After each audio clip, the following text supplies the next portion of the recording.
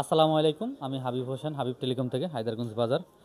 আমি কিছুদিন আগে পোভা কার্ভ 2 5G ফোনটির রিভিউ দিয়েছিলাম আমার ফেসবুক পেজে। তো বরাবর মারুফ ভিডিওটা দেখছে আর কি, দেখার পরেও মারুফের কাছে ফোনটা খুবই ভালো লাগছে। তো মারুফ, তুমি তো পোভা কার্ভ 2 5G ফোনটি দেখছিলে, মোটামুটি ফোনটি তোমার কাছে কেমন লাগলো? হ্যাঁ, মোটামুটি আলহামদুলিল্লাহ ভালো ফোনটা।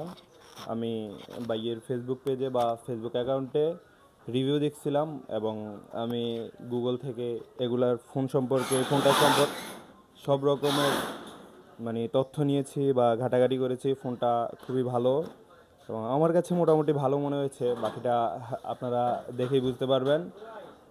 তো টেকনো বা এটা তো টেকনো, হ্যাঁ, পোভা কার্ভ কার্ভ টু 2। এই ফোনটি যারা নিতে চান তারা অবশ্যই হাবিব টেলিকমে যোগাযোগ করবেন।